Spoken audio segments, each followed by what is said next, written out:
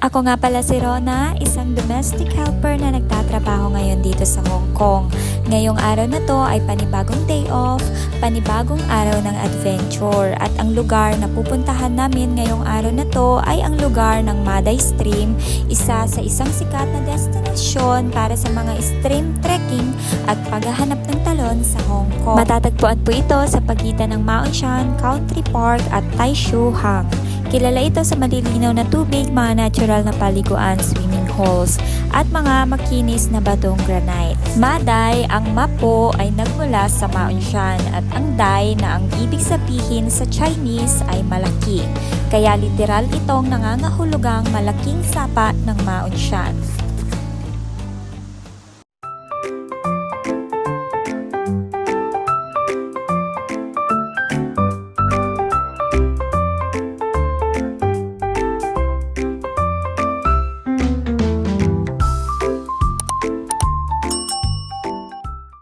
Dito sa Hong Kong, marami kayong makikitang mga nakatagong natural na sapa o streams.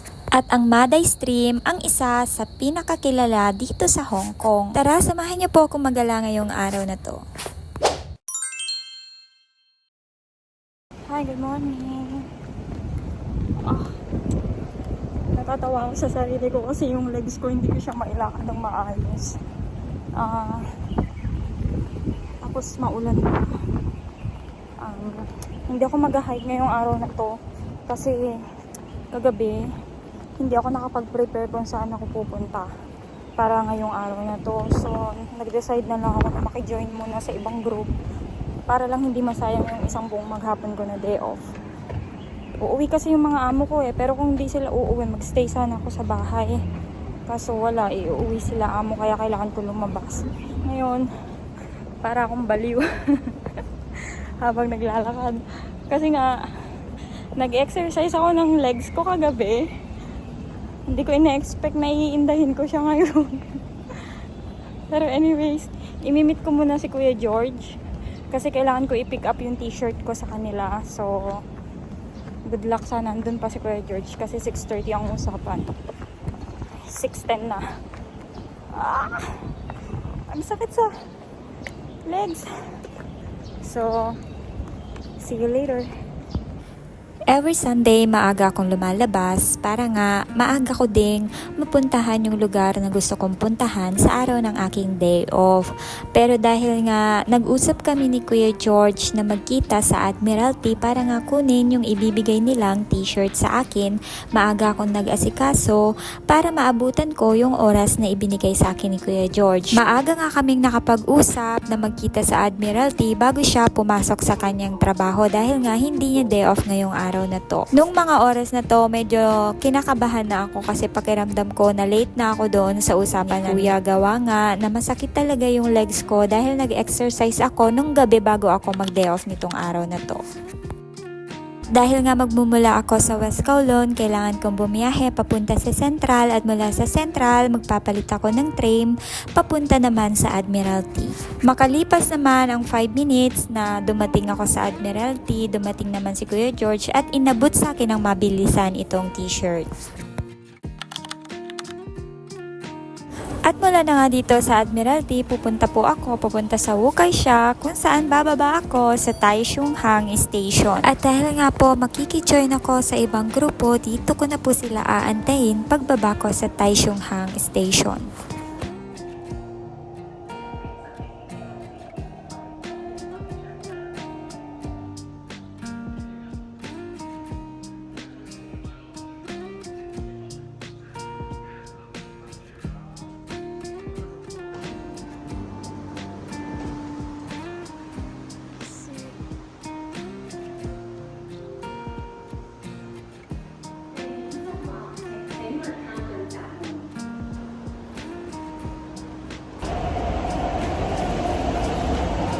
Pa-exit na ako sa exit B.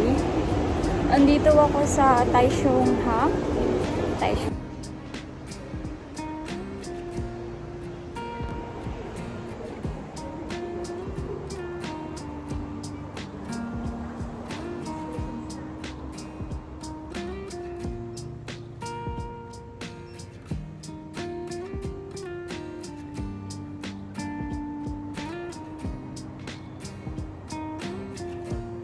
Mag-exit ako sa B. Kasi yan ang sabi. Char.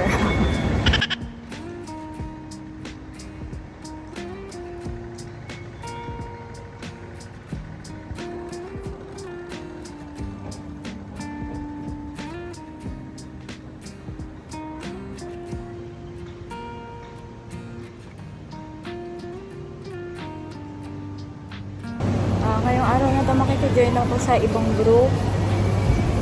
So, antayin ko sila dito sa exit.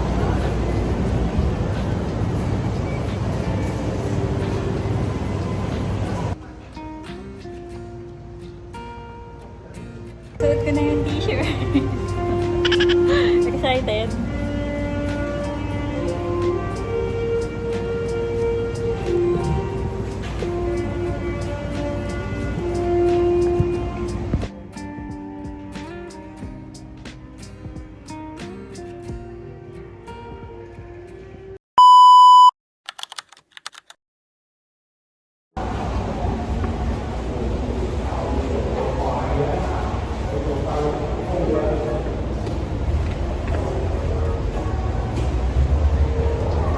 Malaki yung t-shirt.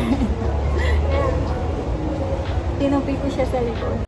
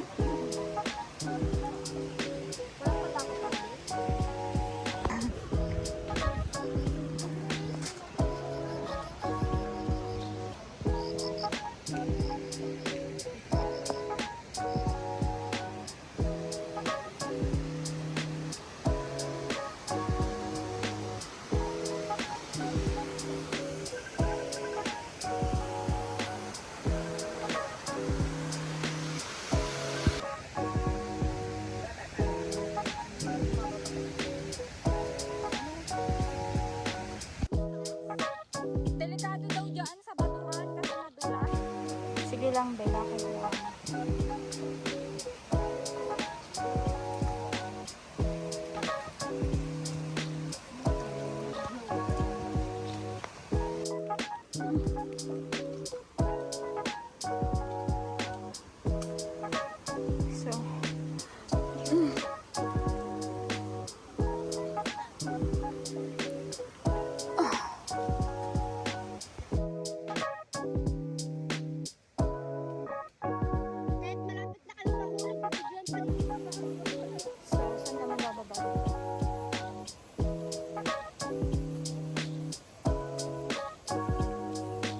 Kaya tapos may paakayat uli.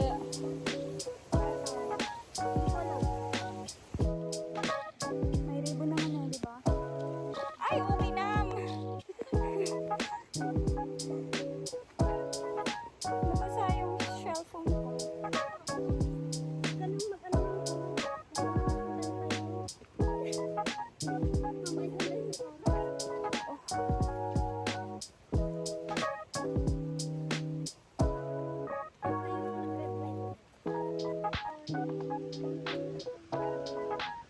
Ay, iniyot mo.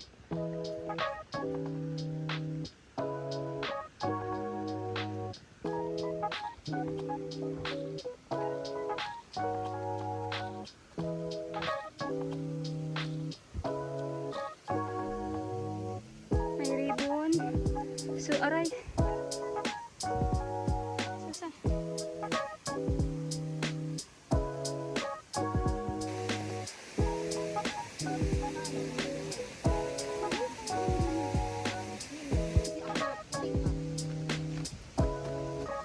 Okay lang, iligo mo na lang para mawala yung... Hindi.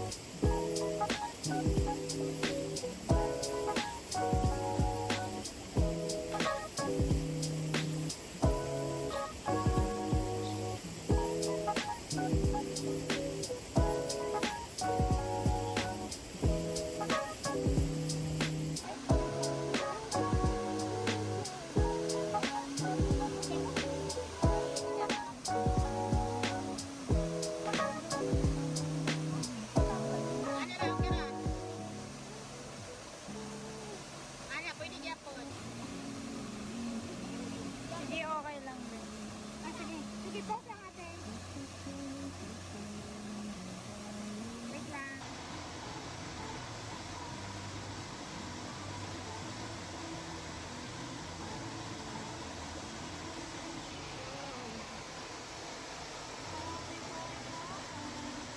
Galaw-galaw.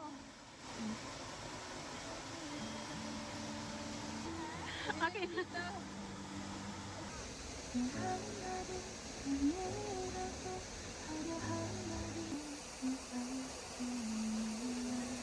Wait lang ha. Wait lang ate yun. Wait lang.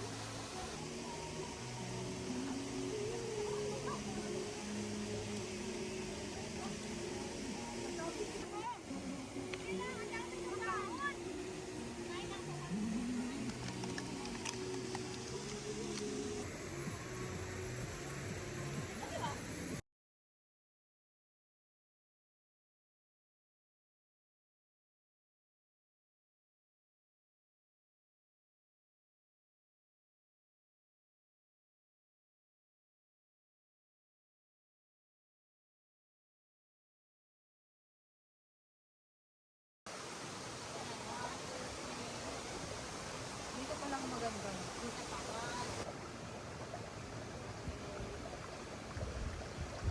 Hindi naman nakita yung dead. Pansin pa yung may jowa mo talaga. Pero yun, ayun ang dead mo. Na-send ko pa yung na nakita ang dead.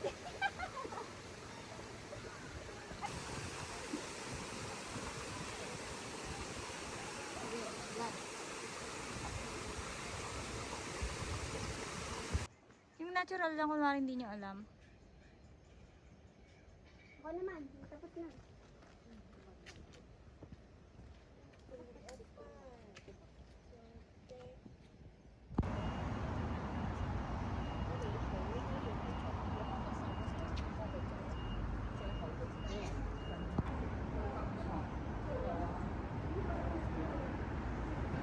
Oo, dapat kailangan masagot mo yan. Pag hindi mo nasagot yan. Parang ano ba? Yun yung, saan ba nanggagaling yung words na yun? Bakit kayo sasabi na ganyan?